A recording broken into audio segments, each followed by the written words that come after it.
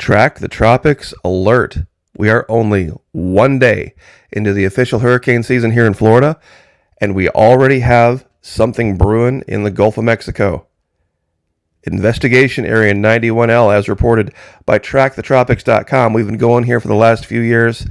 It is the best clearinghouse on the web, bar none, for information regarding storms anywhere on the globe, really, but especially here in the Caribbean, there's virtually nothing that they have missed. Links, water vapor, wind, projections, spaghetti models, you name it, it is all here. TrackTheTropics.com, just like it sounds. It is a donation site only, no ads.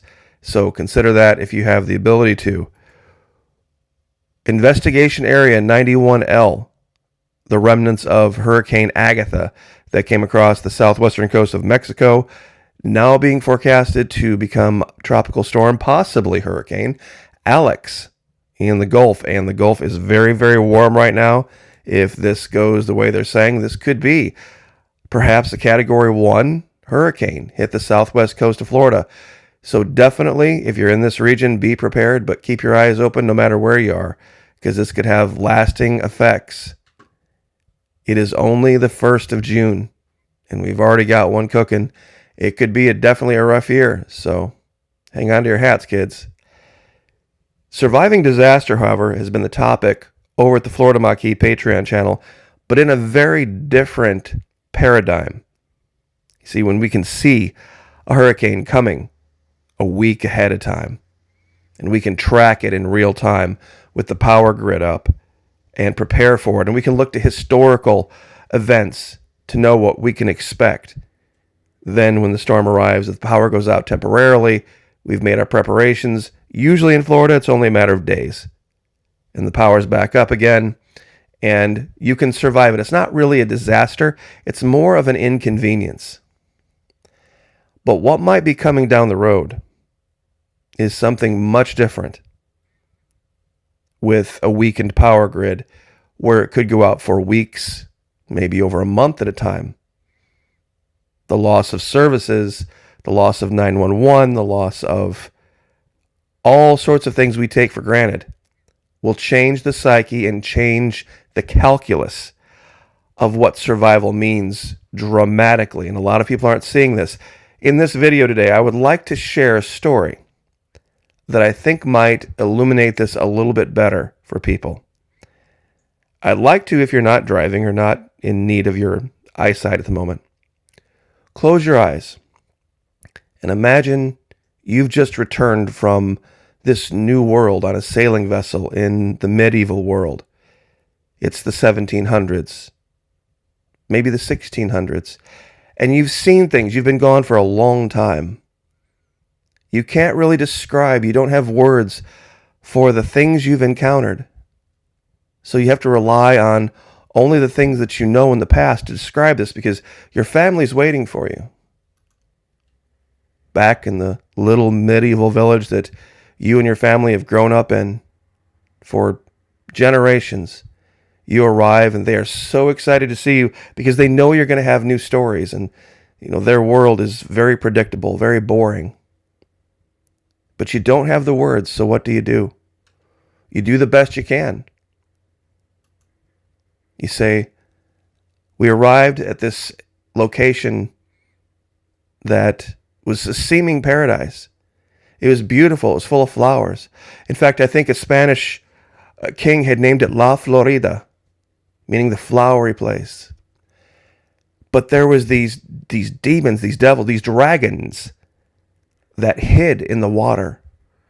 And they were strong as 10 men, armored, plated, giant teeth, could snap a man in half with one bite.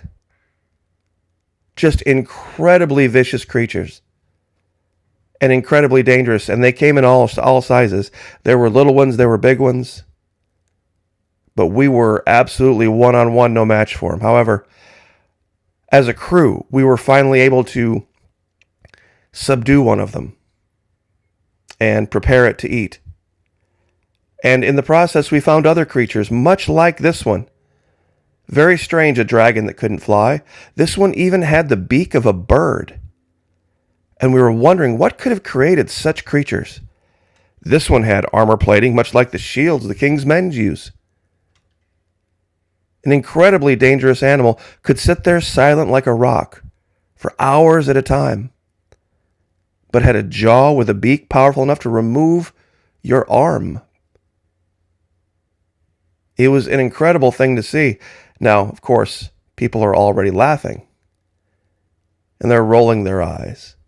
Oh, what fantastic tales. Too bad none of it's true. But he goes on, he says, we thought this had to be the work of some type of demonic force because when we cooked these animals up, we were able to subdue them and end them. They tasted just like chicken. And of course, uproarious laughter across the entire gathering. These monsters, these huge dragon-like creatures, tasting like chicken. But this was the case. We confirmed it, that this was demonic activity at work. This was sorcery, this was wizardry, that these animals weren't always these vicious creatures. They had been created by someone practicing dark magic, and we confirmed it. We confirmed it. Because we found these people that were wearing the feathers of those innocent chickens and ducks and birds that they had condemned to those swamps, to become those vicious creatures. So we put an end to those sorcerers, to those enchantresses. We even found those that would remove the scalps of their enemies just to terrorize them. They would paint their faces with blood.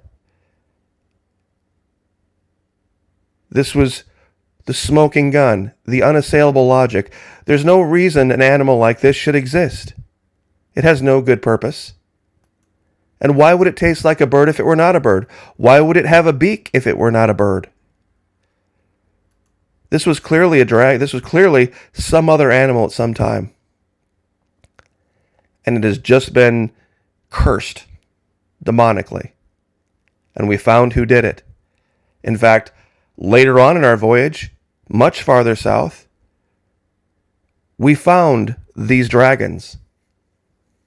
But they had been horribly disfigured. They were the size of a house. Huge wingspans, heads big enough to swallow perhaps a man. But their feathers were all gone. They could fly, but they had no feathers. This was our confirmation that this was a common practice. In fact, people in this region would literally eat each other. There was something going on here that just wasn't right. So what do you think happened? You see, for them, this was disaster. This was a form of disaster. They went there exploring and looking for a new place to live, and they found all of this, what they perceived to be evil, and evidence of sorcery and all this demonic stuff. They report this to the king.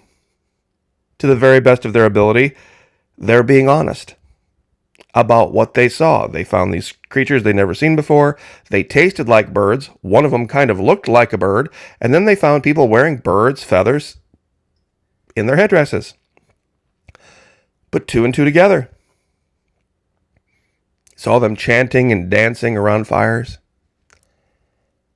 They reported this to the king, and the king gave a decree. Go exterminate them. And they weren't lying, because when he said the bird was as big as a house, we see a medieval house wasn't very much bigger than a school bus.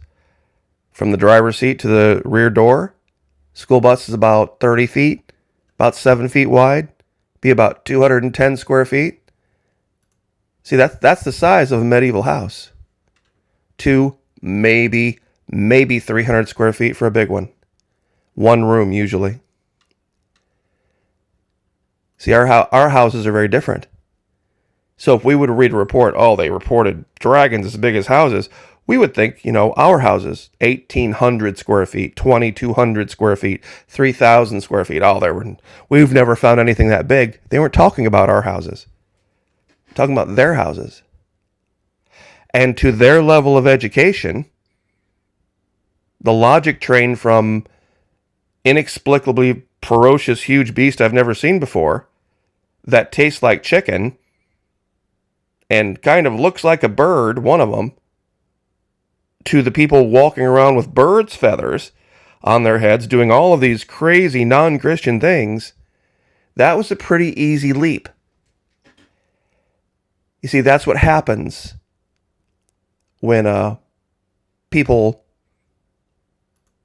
find themselves in disaster situations with no communication. They go on limited information, and they operate on limited information. It would have seemed very logical and very believable to 17th century people, given all of the witnesses that would have been available to testify to the exact same thing on those crews of those ships. We just had a very, very sad event here in Largo, Florida yesterday. Darwin Award. God bless the family. Pray for the loved ones. I'm so sorry this happened to your loved one. But crawling into a lake in Florida, even in 2022, to retrieve a frisbee golf disc is just beyond, I can't even imagine. That would be just like, well, I lost that. I guess I'll go buy another one. To go crawl into a murky, nasty lake swamp in Largo, Florida to retrieve a disc golf frisbee? I'm sorry. Just, I can't wrap my head around that level of intelligence. I just can't. It's just that low. So, anyway, we are going to be expounding more on this over at Patreon because this type of thinking is what's pervading people right now. They've been so used to luxurious America the last 75 or 100 years that they don't know what goes on in places like parts of South America and Africa that don't have power grids, don't have 911, don't have regular services, and how it's a very, very different thing. You're never going to make it by yourself, whether you're a guy or whether you're a girl. You're never going to make it by yourself. And those that you have around you, you need to make sure that they have a good command of psychology, that they're fighting the right side of the war in their mind, knowing when to follow their head and when to listen to their heart. I don't want to give away too much about the new Patreon video, but trust me, the calculus needs to change, especially for women. It's just the reality. And guys, it's going to need to change for you too, unless you plan on spending the rest of your entire life being celibate. It's going to have to change for you too. So, we'll leave that there, but would love to have you join us over at the Patreon channel. It's only $1 per month. One. June 1st is a great time to join. You get the entire month.